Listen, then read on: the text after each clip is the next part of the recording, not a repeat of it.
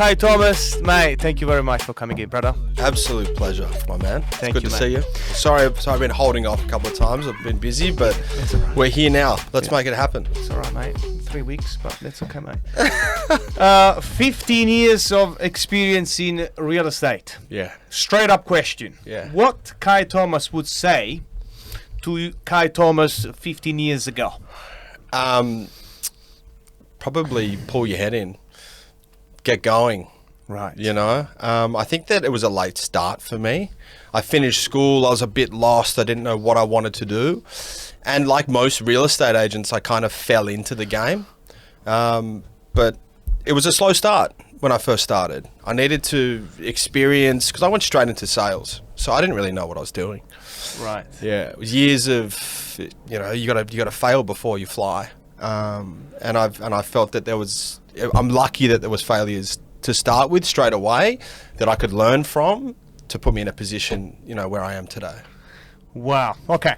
So going back, because I believe for a real estate agent's career, the first 2 to 3 years are the hardest one. Is that correct? Most of real estate agents, they kind of give up. Yes. Once you start in the game and you can't get traction and you're doing your calls over and over and over, and then you can't handle rejection, you know, so you just you hang up the boots and then you just move on to a different job. More than likely, most agents out there do that, or you face a tough market. Like, you know, we're not in the easiest market right now, and I'm sure a lot of people are leaving the industry. Yeah. That's a good point that you bring up. I was reading that 70 to 80% of real estate agents quit after 6 months. 90% they quit after 2 years. My question I have is, what do you think makes a good, solid, consistent real estate agent that is able to go through all of these years in different markets? Yeah. I don't think it's one thing. I think it's multiple things. Yeah. I think your profile is huge, and that breaks it down to being consistent. You got to be a consistent real estate agent to have good profiles, so people can see that you're actually active and you have results in the area that you target. And the third thing is a good team. Yeah. I'd say there's no one good agent without a great team. And I'm fortunate enough to have, in my opinion, probably the best team in the industry, you know, and they're just getting better. But it's multiple factors that create success in this game. Profile. Yeah. That's so how do you build a profile? Now, yes, you need to do a lot of transactions. So let's say you starting into the game. Yeah. Okay. What would you say is the most intelligent / efficient way to develop a strong profile as a real estate agent or a buyer's agent as well? Well, people are more comfortable in different ways of prospecting. Prospecting's your key to opening up and creating a very solid profile. And that would come down to either doing cold prospecting, warm prospecting, or your cold becomes your warm. But, you know, door knocking, letterbox dropping, calling, you know, they're just obvious things that every agent should be doing. But all of those together create a good profile. People start to understand who you are. Yeah. And you become the go-to person. Yeah. If a property gets listed, they're like, oh, call Cae. He's got all the information. Call someone from Cae's team. I'm sure that they can help us out. Yeah. Something sells, something lists. You know, you're the go-to person. And that only comes from doing it over and over and over again. Yeah. Okay. Do you still do a lot of prospecting right now? Not as much as I should be, is the honest answer. My team is heavy on the prospecting. I'm on the calls, and I do active prospecting with my own sort of hot leads and hot pipe. Yeah. People that I know are going to come to market in the next 20 to 30 days. Then I'm heavy on the prospecting there. Yeah. But the colder prospecting, like, I should be doing more of. Right. I delegate that more to my team. Yeah. They're pretty crazy about that. Good. Yeah. That's who you are. I love that because like you're very established. I was speaking with this developer there. I would try to get it on board. They were saying, in Dover Heights, Cae Thomas is the name. And it's interesting that you still prioritize prospecting after 15 years. Yeah, for sure. And this is a great message to everyone. Like, this is something that should never stops. No, it can't. If your prospecting dies, then your your job in the industry dies along with it. I feel, because you don't become relevant anymore. So if you stop doing the job, then well, how are you going to get the listings? How are you going to get the sales? How are you going to be the go-to person? It doesn't happen. Love that. Okay, go on that. What would you say is your daily schedule now compared with daily schedule when you started? Sure. I love this question. I've been asked this question multiple times. And everyone's like, I'm up at 8, I'm at the gym, I'm doing all that stuff. So I used to be a lot more regimented with 4:45 up in the morning, in the gym, at the office at 7:30, blah, blah, blah. But as I've gotten older, I feel that having my time off to recharge is a key priority for me to be able to really kill the next day and smash the next day and be present and give energy. So I've changed it a little bit. I've tweaked it. So I'd be up now at probably 5. I'd train multiple different trainings. So either Pilates or gym or something. Pilates. Yeah, I just started that in the evening. It's unbelievable. But like train, like gym and spin sessions and all of that stuff. So some sort of exercise every day. My team trains as well. We're all in the office. In the morning? Yeah, in the morning. And we have a daily catch-up meeting at around 8:30. Every day? Every day, yeah. Okay, to set up the day? Yeah. Okay. And the meeting lasts 10, 15, 20 minutes? The meeting will last minimum half an hour. Right. And we just run through everything we're going to do. So every day is different. So one morning we'll have a meeting about pipeline, about buyers. The next morning we'll have a meeting about prospecting, what's happening in terms of the properties that we're currently working on. What have you got out of those properties? Yeah. Every listing that we work on, we try and get 2 to 3 other listings from. So it's about using the right dialogue for each of those calls. Yeah. So we have training on that. Also have training on set to sales, so vendor education, those hard conversations to have with the vendor, but the conversations that they appreciate. People sometimes forget that you're not there to be a vendor's friend, you're there to do a job. So having hard conversations, not every agent does it, but it is needed. And that's what they expect from you, I feel. I agree with that. Like, be very upfront. Do you get a lot of vendors? They expect too much. Yeah, I do. But that comes the agent's job, right? So if the agent doesn't educate them as to market conditions changing, then their expectations are always going to be higher based on a different market. Yeah. And would you say the majority of your vendors, based on your experience, are guided by you, or they're like, oh, that's the price I want, get me this price? What would you say is the percentage, like the one guided by you compared to the one? I think at the start they're like, get me that price, and then I think you failed as an agent if you haven't guided them into understanding what the actual market value is. Got it. And then your job as an agent is to get a premium on top of the market. So I think it comes down to vendor education as well. Obviously, we work for the vendors. We want to get. I'm opposite to you. You want to get the best price. I want to get the most money out of you. So agents sometimes forget you're there to work for the owners and educate them as you go along the process. Nice. So because a lot of people, they listen, they are real estate agents, buyers agent, they are buyers, vendors, anyone. So, and this is to give them a bit of a, with 15 years experience, you've seen kind of it all. Would you, like, for your daily schedule, you said, I need to do 100 calls a day. I want to do 120 calls a day. Now, of course, you now are at the stage where you are an established real estate agent. But in order for you to get there, you have to go through a lot of work. When someone comes in your team, okay, what do you tell them? Hey, what's the target every day? What do you tell them per day, per week? So it depends at what stage they're at in their career. If they're new, then more dials wins.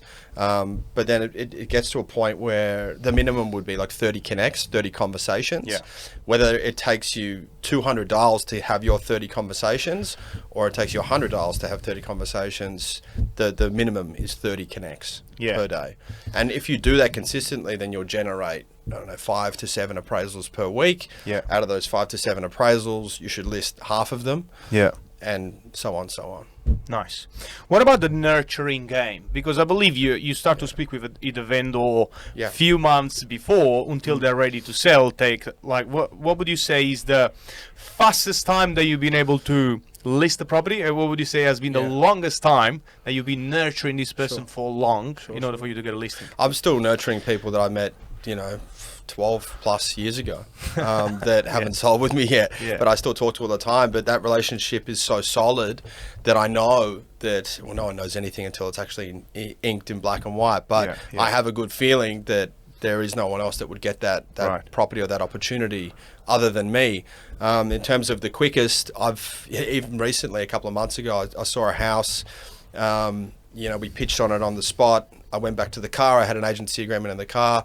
Came back to the house, signed them up on the spot, got buyers through the next day, and that next evening we sold the property for $16 million. So in 24 hours, that was just wow. Obviously doesn't happen every day. Yeah. But major highlight for sure. Yeah. Okay. Now on that one, like how important is speed? Because I see, some agents they keep the property on the market for a long time, and so what's the importance of speed when you want to get a deal done? I think it's dependent on the vendor and the reason for them selling. Right. I'm there to get the most money. Yeah. So whether that takes 4 weeks, 5 weeks, 8 weeks, it is what it is. We navigate through that path together. Doing a quick deal is obviously great for everyone, but it's dependent on the activity that you have from the buyers. It's dependent on the price that it's pitched at. There's multiple factors that determine how quickly a deal will get done. Right. We're big believers of getting buyers through off market beforehand, like pre-photos, everything like that. So when you're in a position to put it on the market and compete with other buyers, then you can get a deal done quite quickly. And that's just obviously just being prepared and educating the vendors, and letting them know what the process is. But the price has got to be aligned as well. Yeah. Okay. And you say you went back into the car, you got the contract, you went back into the house, they signed on the spot. Yeah. Okay. Yeah. Do you go on a digital sign, or majority are like face-to-face signed? Yeah. I guess one of the best things that actually came out of COVID was the DocuSign. Yes. So we do pretty much everything with DocuSign: contracts, agency agreements, price revisions, everything. Right. Yeah. Okay. But for that example that we spoke about, it was old school. Yeah. Old school manual sign up, which was great. Yeah. And we're just lucky we had one in the car. Yeah. You've got to move quickly while people are in that That's mindset. what you teach to your team? Like for sure. Okay, I love that. Okay, on the point of, because you said there are people you've been speaking for a long time, 12 years, and to get their house. So what's your conversation like? Because if you speak with them once a month or once every couple of months, you don't want to go there straight away, hey, do you want to sell? Do you want to give a kind of a piece of value? I don't even talk about the house most of the times. I built a relationship with these people that genuinely they've become more of a friend over that course of time. Like if you're building relationships with people that's in my opinion over a year, then it becomes like you talk about relevant information that would impact their property, but you also talk about other things, like life. So it's a lot less awkward. Like connect with. Yeah, for sure. And there is a genuine connection with these people. Yeah. So. Right, I love that. Nice one. Okay, and going back on the schedule, what would you say right now your daily schedule look like? Like, I need to do 5 appraisal per day. What's your day-to-day roughly? Every day is different. The main consistent thing would be, obviously 3 appraisals or at least 2 to 4 appraisals per day. Got it. I'm lucky enough now to have a great team that fills my diary, along with the stuff that I add to it. So it's mixed up. I've got a proposal after this. I just came from a meeting with a developer. Yeah. I've got the opportunity to sit with you or stand with you here and do this, and then afterwards I've got a meeting with another vendor. It varies. Each day, but yeah. So if someone say, hey, can you come around 8 p.m., you got to do it. Yeah, for sure. No, Again, like I don't have a partner, I don't have a family at this point in time, so it's pretty much just everything's real estate. Whatever you need to get done. Okay. What's the main drive they get someone like, hey, I want to how do you set up your goal? Do you have like an emotional attachment to the goal? Like, all right, I want to buy that car, or I want to buy that investment. That's the money that I need. This is the number of deals I need to do. How do you break it down? It's I think it's like a sport. Yeah, It's a sport. So I just love winning, and I just like I like connecting dots. I like it's a big thing selling a property for someone as well. So if you can get an extra 100,000, 200,000, $1 million, you're changing someone's life. Yeah. You know, so it's just I like that part of our industry. Yeah. I also like the chase, the hustle, and the competition. Yeah. And we're in a fierce, competitive environment. Yes. You know, like the eastern suburbs is up there. It's very hard. Yeah. It's very hard to get traction and stay present and stay consistent. So I like that challenge. And it's just about growth, really. For me, that's my angle. Growth, drive, consistency, drive to win. Yeah, I'm not really for the cars and the stuff. Like, obviously, property is amazing. Yeah. Would love to continue to grow the property portfolio. Yeah. But it's not like cars and stuff. I'm kind of done. Like, I like traveling as well. Yeah. But I just like growing. I like just beating last year and then continuing. Yeah. Nice one. You say competitive. So you started in the West. Yeah, originally, yeah. And when did you choose to move to? That's when you joined TRG, is that right? I started in a different company in Double Bay, Ray White, Double Bay. Yeah. And that was back in 2009. Yeah. Met Wow. Gav. Yeah, a long time ago. Met Gav. And then after, I was working with somebody else. Yeah. And then I moved into the inner west market. And then we linked back up, myself and Gav. And then from that, we just go, let's work together. It's good energy. It's a good vibe. It's good connection. Let's create. Yeah. So. How long you been working together? Since 2016, 17. You are director. That's when TRG was born. Yeah. Nice. And the office is getting big now, isn't it? It's a beautiful office, man. Like, I honestly, drive past all it's the a time, great space. Yeah. And like when I originally started, I was telling this developer earlier in the inner west. Yeah. I was around when it was like the perspex windows with like the property slots that you have to change every couple of days. So to work in an office that we work in now it's so much better. No, man, I love that. Even us, like we used to own the terrace down the road. It was rented. We had a commercial downstairs, and now we have a chef coming in, which is great. Oh, it's unbelievable. You don't want to get lazy, but very good. Yeah. Mate, thank you for that. So, okay, so you moved in the east. Now, you moved from solo real estate agent to now building a team. Yes. So it means now you have a responsibility on your shoulder. Now you need to be a good example. So what would you say the first challenges that you face when you start to have people in your team? I think that the main teams that fail, the leaders of the team get very lethargic and very lazy. They feel that they can drop off with their prospecting and their daily work because they've got someone junior come in. Yeah. So they're like, you know what, this guy's just joined me. He can do the calls now. I don't have to do the calls. I can just sit back, relax, which is the worst thing that you can do. For me personally, if I'm not making the calls along with these guys and I'm not in the trenches with them, then I may as well not come to work because it's ridiculous. So you got to preach what you say, you know. That's so true, eh? And for my guys, I'm with them. You know, I'm not in my own office. I'm sitting out there with them side by side, and they can see what I'm doing. I can see what they're doing, and we communicate all day. Yeah. Work on properties together. Yeah. Keep each other accountable. It's much better. And you can see every time I speak with someone in your team, they all have the same mindset, like hustle. Let's get to the next one. Awesome. Yeah. Right, I love that. Okay, great. What has been your personal? What would you say has been the most expensive houses that you ever sold, price wise? Yeah, in the vicinity of 16 to 18 million. 16, 18. Yeah, around there. There's a few at that sort of level. In Watson's Bay, Vaucluse, Bellevue Hill. So that's the sort of highest. I'd love I'd love to sell more, but I was fortunate enough recently. Sold one in Dover Heights for 16.8. Nice. Another one in Bellevue Hill, which was that 24-hour deal that we spoke about for the just under 16 million. Yes. Yeah. So, yes. and we've got a couple of great auctions coming up. So hopefully we can, next time we chat, it'll be a different. That's the plan. Okay, Yeah. and this is the next question, because when you move to the higher purchase price, Yep. okay, you're dealing with a different demographic. Yeah.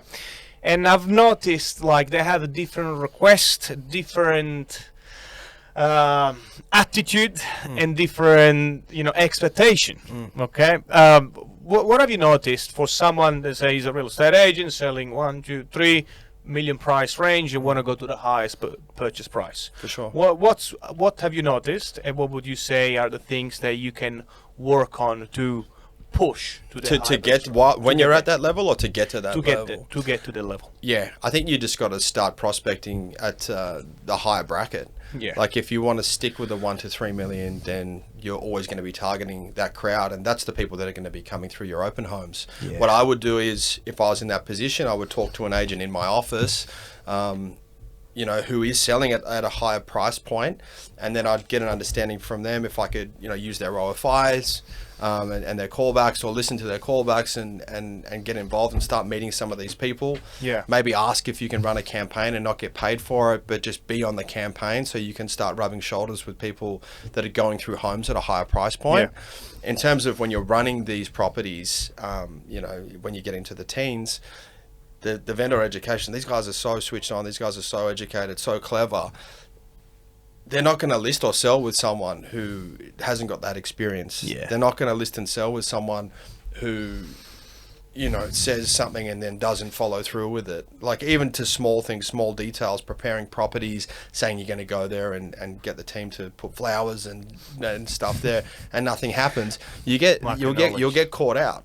So it's they're very, very meticulous and educated people. You have to adjust to that, and if you don't, then I guess you'll just never sell at that level. Yeah. Okay. Mate, thank you for that. I agree. Even from a buyer's point of view, they're very details, and they have higher expectation, which is, I understand, I would probably be doing the same. Yeah. Yeah. And they know they have a lot of value to, in a certain way, to give to a real estate agents. They know that, and they play around to the one who's actually is going to work the hardest for them. For sure. That's my personal experience. I love that. Mate, thank you. The next question that I want to ask you is, so Dover Heights, I feel, is your main market. That's what I'm noticing. Like, I think you are the top 2 in the area. So so as a real estate agent, I believe at the start you kind of sell anything come your way. Mm-hmm. But what I'm noticing about you very the majority of the property that you sell are in Dover Heights. Mm-hmm. For someone that is kind of going everywhere instead of specializing in a specific pocket. Yep. What have you done? What are you doing? Do you agree with that, or do you just get whatever comes your way? When I was younger, I used Yes. to just go, I'll take everything. Yes. Doesn't matter. Yeah. I'll go everywhere. And it was the biggest nightmare. When you get Really?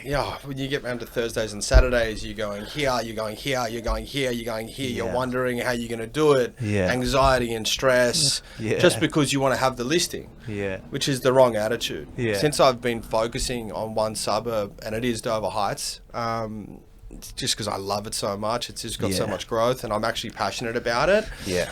It's a game changer. You start, like, the locals start calling you in, and you can actually give information that they can't get anywhere else, because you're so active there. You know exactly what's happening, who's building, who's selling, the local goss, everything. So it's I just wish I did it earlier.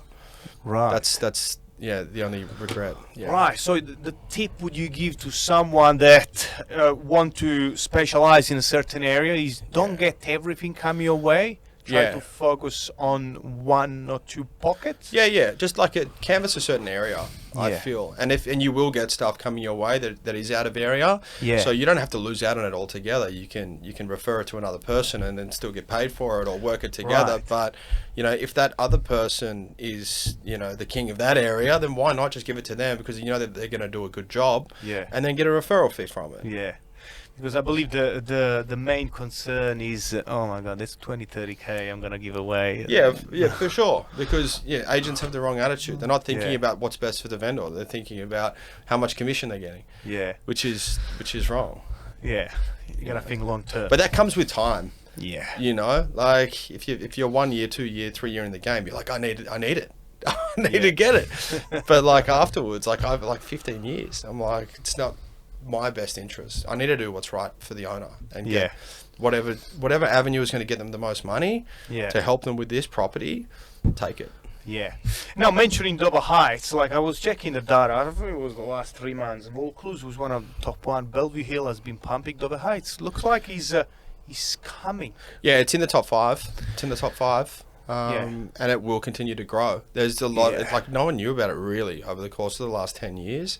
Then it started building. Then we got the record for just under 17 million. And then people were like, oh, wow, this is a serious area to watch. And it will continue to grow. Like we've got a property on the market at the moment that's, on a street that people have never paid over 11.5 million for. And Yeah. I honestly feel that we're going to set a new record with this property. Yeah. There's exciting things to come.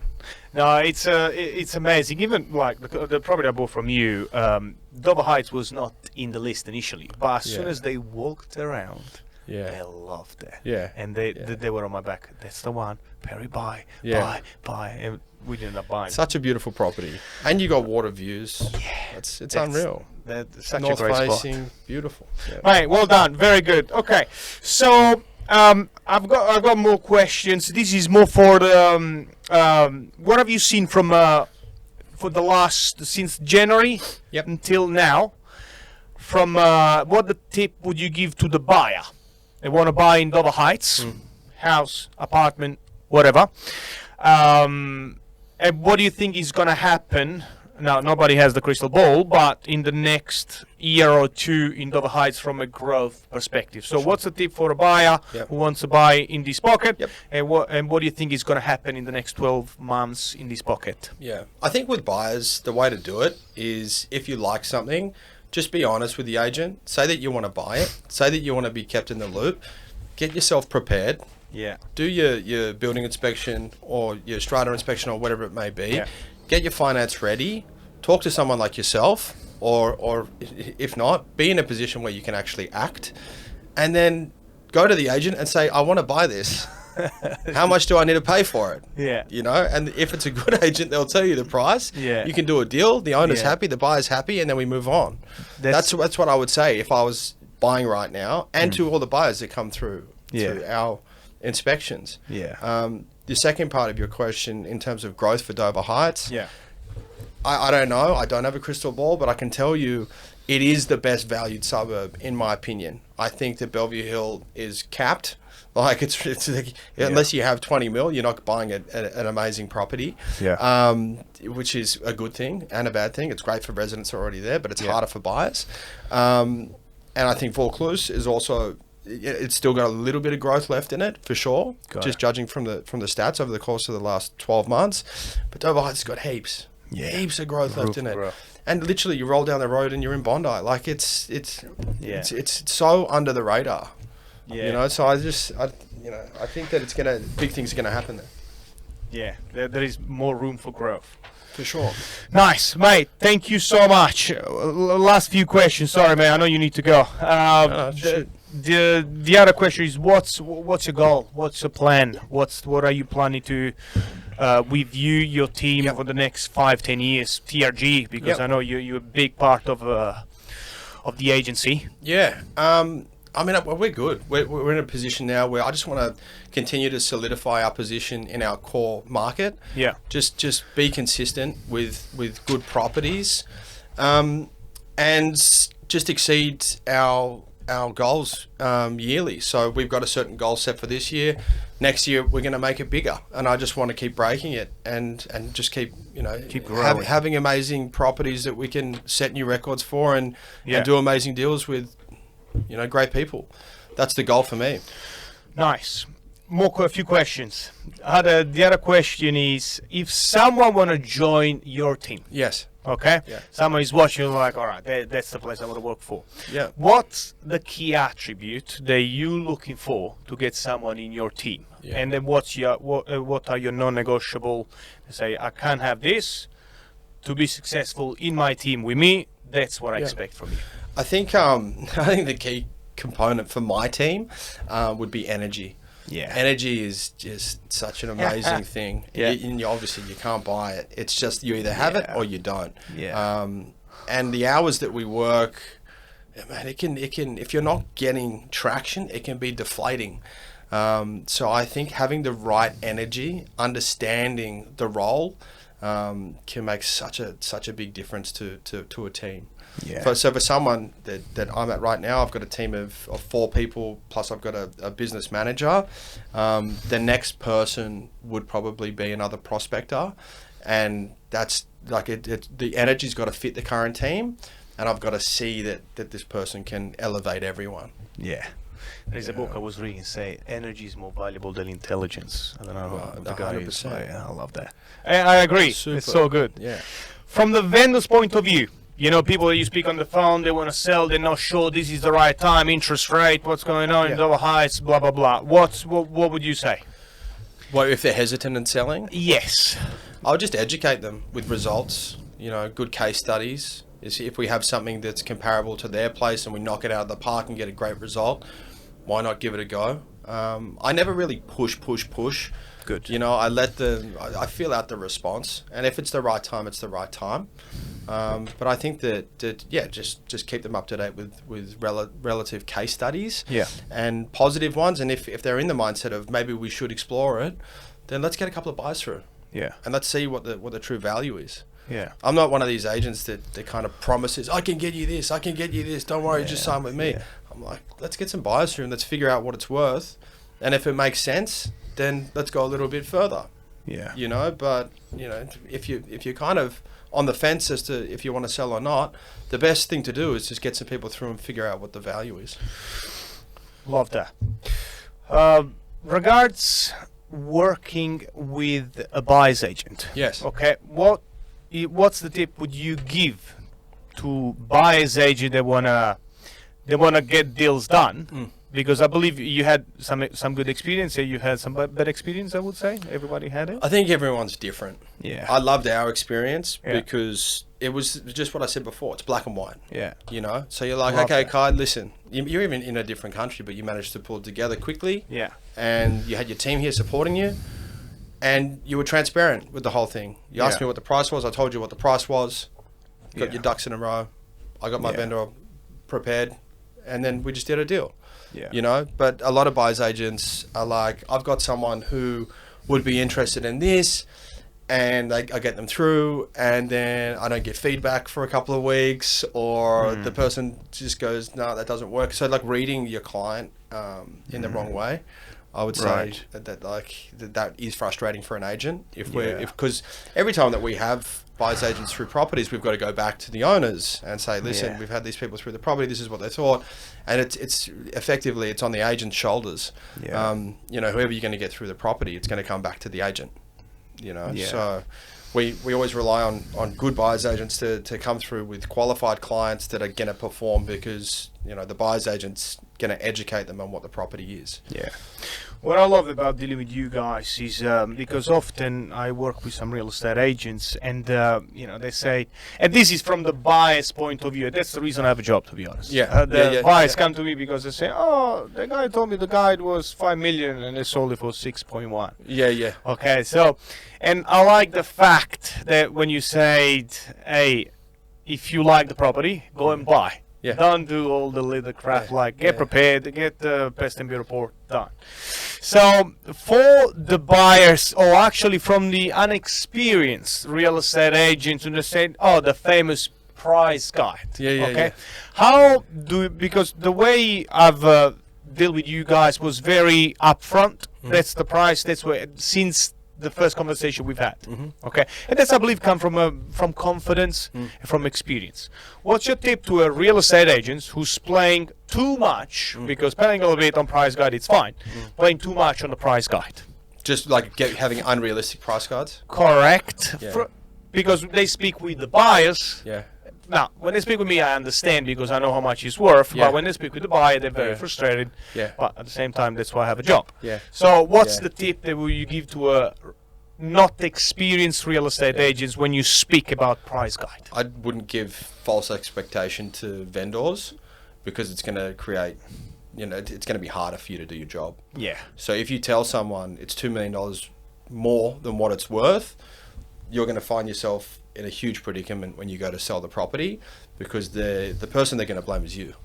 So if you're going to go through and appraise and represent someone, just be transparent and honest about the price, because if they genuinely want to sell the property and you tell them, I can get you this and you can't, then you're going to have egg on your face.